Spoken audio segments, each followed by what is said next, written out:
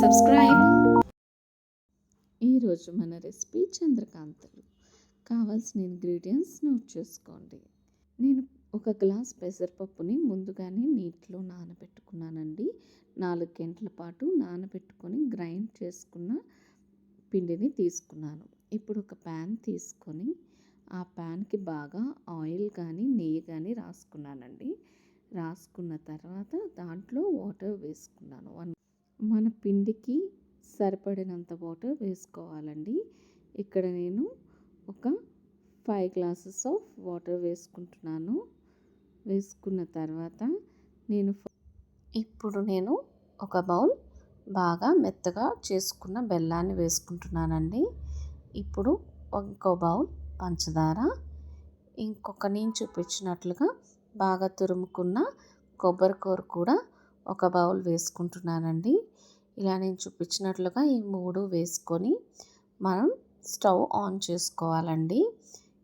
ఇలాచీని నేను పంచదార వేసుకొని మిక్సీ పట్టుకున్నానండి. ఆ పౌడర్ని నేను ఇందులో వేసుకుంటున్నాను. తగినంత ఇలాచీ పౌడర్ కూడా వేసుకోవాలి. ఇప్పుడు నేను ఏమేమి వేసుకున్నానండి, పంచదార 1 కప్పు, బెల్లం 1 కప్పు, కొబ్బరి కూర 1 కప్పు, ఇలాచీ వేసుకొని నేను స్టవ్ ఆన్ చేసుకొని దీన్ని బాగా మరగబెట్టుకుంటున్నానండి. ఇలా పొంగు వచ్చే వరకు మనం బాగా మరిగించుకోవాలి. ఇలా నేను చూపించే విధంగా బాయిల్ అయ్యే వరకు వెయిట్ చేయాలండి. వెయిట్ చేసిన తర్వాత మనం ఆల్రెడీ గ్రైండ్ చేసుకున్న పిండి ఉంది కదండి, 1 గ్లాస్ పప్పు నాకు 3 బౌల్స్ ఆఫ్ ఫైన్ పేస్ట్ వచ్చిందండి. ఆ 3 బౌల్స్ ఆఫ్ ఫైన్ పేస్ట్ని నేను ఇప్పుడు బాగా మనం మరిగించుకుని ఈ పానకంలోని వేసుకుంటున్నానండి. మనకేం తీగ పానకం అలా రావాల్సిన అవసరం లేదు. నార్మల్గా బెల్లం కరిగితే సరిపోతుందండి. ఇలా బాగా ఉడికిన దాంట్లో నేను మన పిండిని కూడా వేసి బాగా పేస్ట్ లాగా స్మూత్ పేస్ట్ వచ్చే వరకు మనం మగ్గించుకోవాలండి. పిండి కూడా మనం 70% మాత్రమే ఉడికించుకోవాలండి పిండిని. ఇప్పుడు నేను చూపించినట్లుగా 2 to 3 టీ స్పూన్స్ బియ్యం పిండి వేసుకొని కూడా మనం బాగా కలుపుకోవాలి. మన టెక్స్చర్ బాగుండడం కోసం మనం బియ్యం పిండి వేసుకుంటున్నాము. ఇప్పుడు బియ్యం పిండి కూడా బాగా కలిసేలా కలుపుకుంటూ మనం 70% ఈ పిండిలన్నిటిని కూడా మగ్గనివ్వాలండి. బాగా మగ్గిన తర్వాత చూడండి, నేను చూపించినట్లుగా ఇలా థిక్గా అవుతుందండి.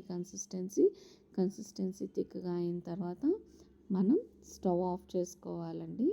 లేదంటే అడుగంటేస్తుంది. మనం ఖచ్చితంగా కలుపుతూ ఉండాలండి. నాన్ స్టిక్ ప్యాన్ అయినా కూడా ఇది అడుగంటేసే ఛాన్సెస్ ఎక్కువ ఉంటాయండి. చూడండి, ఇలా ఫైన్గా పేస్ట్లా అవ్వాలండి. ఇలా అయిన తర్వాత మనం స్టవ్ ఆఫ్ చేసుకోవాలి. ఆఫ్ చేసుకున్న తర్వాత ఒక వెట్ క్లాత్ తీసుకొని ఇలా ఆ పేస్ట్ని మనం చల్లారించుకొని ముక్కల కింద కోసుకోవాలండి.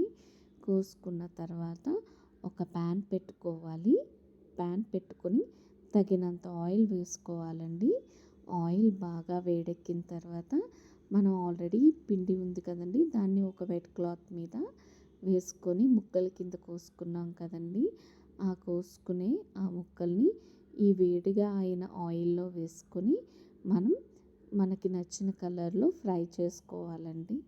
ఇలా ఫ్రై చేసుకున్న తర్వాత మన చంద్రకాంతులు రెడీ అవుతాయండి. చూడండి, నేను చూపించినట్లుగా డైమండ్ షేప్లో కట్ చేసుకున్నానండి. నేను ఇలా డైమండ్ షేప్లో కట్ చేసుకున్న తర్వాత వాటిని మనం డీప్ ఫ్రై చేసుకోవాలి.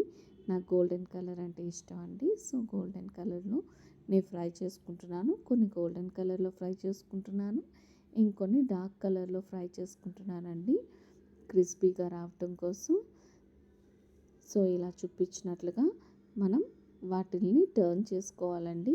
స్టార్టింగ్లోనే టర్న్ చేసుకోకూడదు, ఎందుకంటే ముక్క విరిగిపోతుంది. ఇలా టర్న్ చేసుకుంటూ 1 by 1 మనం ఫ్రై చేసుకోవాలి. ఇక్కడ మనం ఇలా నేను చూపించినట్టుగా ఫ్రై చేసుకోవాలండి. నేను ఇక్కడ పీసెస్ చాలా మందంగా కోసుకున్నాను కాబట్టి నేను హై ఫ్లేమ్లో పెట్టుకొని ఫ్రై చేసుకుంటున్నాను. ఇలా ఫ్రై చేసుకున్న తర్వాత కలర్ చేంజ్ అయ్యే వరకు మనం టర్న్ చేసుకుంటూ ఫ్రై చేసుకోవాలండి. ఎందుకంటే ముక్క 2 సైడ్స్ కూడా బాగా కుక్ అవ్వటానికి.